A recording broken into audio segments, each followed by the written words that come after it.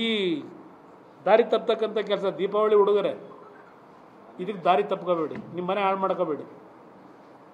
ಈ ನಾಡಿನ ಜನತೆಗೆ ಇಷ್ಟು ವರ್ಷಲೇ ಕಾದಿದ್ದೀರಿ. ಬ್ಯಾಂಕ್ ಸಾಲ ಸಿಕ್ಕಿಲ್ಲ, ಅದು ಸಿಕ್ಕಿಲ್ಲ ಅಂತಕ್ಕಂಥ ಒಂದು ಪರ್ಸೆಂಟೇಜ್ ಇರ್ಬೋದು. ಆ ಸೈಟ್ ಮಾಡೋನೇ ಬ್ಯಾಂಕ್ ಸಾಲನೂ ಕೊಡಿಸ್ತಾನೆ ಮನೆ ಕಟ್ಕೊಳ್ಳೋಕ್ಕೆ. ಅದು ಸಿಸ್ಟಮ್ ಇಲ್ಲಿದೆ, ಅದು ಗೊತ್ತು ನನಗೆ. ಆದ್ದರಿಂದ ನೀವು ಮತ್ತಿನ್ನೊಂದು ಸಾಲ ಮಾಡಿ ಇದು ಕಟ್ಕೊಂಡು ಏನೋ ರೆಗ್ಯುಲರೈಸ್ ಮಾಡ್ತಾರೆ ಅಂತೇಳಿ ತಲೆ ಕೆಡಿಸ್ಕೊಬೇಡಿ. ಹಿಂದೆ ಹಲವಾರು ಸರ್ಕಾರಗಳಲ್ಲಿ ಅತ್ಯಂತ ಕಡಿಮೆ ದರದಲ್ಲಿ ನಿಮ್ಮ ಒಂದು ಓನರ್ಶಿಪ್ನ ಹಿಂದಿನ ಕೆಲವು ಸರ್ಕಾರದಲ್ಲಿ ಏನು ಉಳಿಸ್ಕೊಟ್ಟಿರೋದು ಜನತಾದಳ ಸರ್ಕಾರ ಇದ್ದಾಗಲೇ ಉಳಿಸ್ಕೊಟ್ಟಿರೋದು.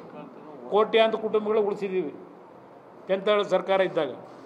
ಈಗಲೂ ಹೇಳ್ತೇನೆ, ಈ ಚಾಲೆಂಜನ್ನು ನಾನು ಸ್ವೀಕಾರ ಮಾಡ್ತೀನಿ ಈ ನಾಡಿನ ಬೆಂಗಳೂರು ನಗರದ ನಾಗರಿಕರಿಗೆ. ಇವತ್ತೇನೋ ಇದ್ರ ಜೊತೆಗೆ ಈಗ ಅದೆಂಥದ್ದು ತಾಲೂಕು ಲೆವೆಲಲ್ಲೂ ಮಾಡ್ತಾರಂತೆ. ಅಲ್ಲೇನೋ 1200 ಕೋಟಿ ಎಕ್ಸ್ಪೆಕ್ಟ್ ಮಾಡ್ತಾವ್ರಂತೆ ಸರ್ಕಾರದ ಖಜಾನೆ ತುಂಬಿಸ್ಕೊಳ್ಳೋಕ್ಕೆ.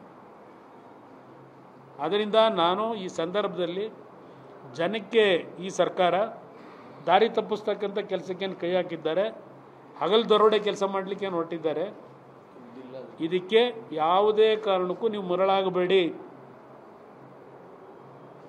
ಇದು ಭಾಳ ಸ್ಪಷ್ಟವಾಗಿ ಹೇಳ್ತೇನೆ. ನಿಮ್ಮನ್ನು ಉಳಿಸ್ತಕ್ಕಂಥ ಜವಾಬ್ದಾರಿ ನಮ್ಮದು.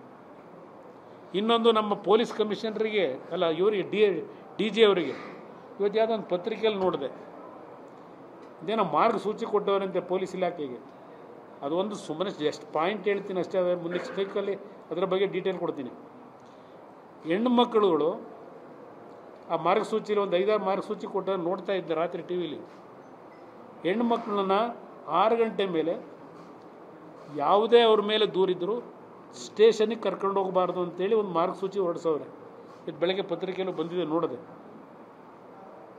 ನಿನ್ನೆ ದಿನ ಮೈಸೂರಿನಲ್ಲಿ ಒಂದು ಹೆಣ್ಣು ಮಗಳನ್ನ ರಾತ್ರಿ 8 ಗಂಟೆಯಲ್ಲಿ ಯಾರು ಅವ್ರಿಗೆ ಡೈರೆಕ್ಷನ್ ಕೊಟ್ಟರು ಆ ಸರ್ಕಲ್ ಇನ್ಸ್ಪೆಕ್ಟ್ರಿಗೆ, 8 ಗಂಟೆ ರಾತ್ರಿ ಹೆಣ್ಣು ಮಗಳನ್ನ ಕರ್ಕೊಂಡೋಗಿ ಆ ಹೆಣ್ಮಗಳ ಮೇಲೆ ಏನೂ ಕೇಸಿಲ್ಲ.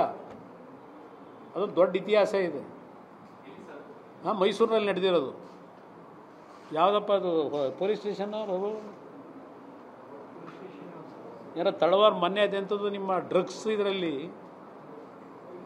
ಸಿಗಾಕೊಂಡು ಅದರಲ್ಲಿ ಸಸ್ಪೆಂಡ್ ಮಾಡಿದ್ದೀವಿ ಅಂತ ಹೇಳಿದ್ರು ಮಾಧ್ಯಮಗಳಿಗೆ. ಆ ಇನ್ಸ್ಪೆಕ್ಟ್ರನ್ನ ಸಸ್ಪೆಂಡು ಇಲ್ಲ, ಪಸ್ಪೆಂಡು ಇಲ್ಲ, ಮತ್ತದು ಎಷ್ಟು ಕೊಟ್ಟನೋ ಗೊತ್ತಿಲ್ಲ, ಮತ್ತು ಅಲ್ಲೇ ಅವನೇ. ಇದು ಈ ಸರ್ಕಾರದ ನಡವಳಿಕೆ.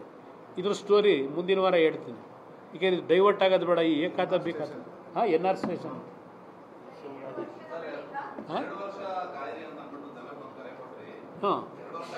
ಏನೂ ಆಗಲ್ಲ. ನಮ್ಮ ಸರ್ಕಾರ ಬಂತು, ತಲೆ ಕೆಡಿಸ್ಕೋಬೇಡಿ.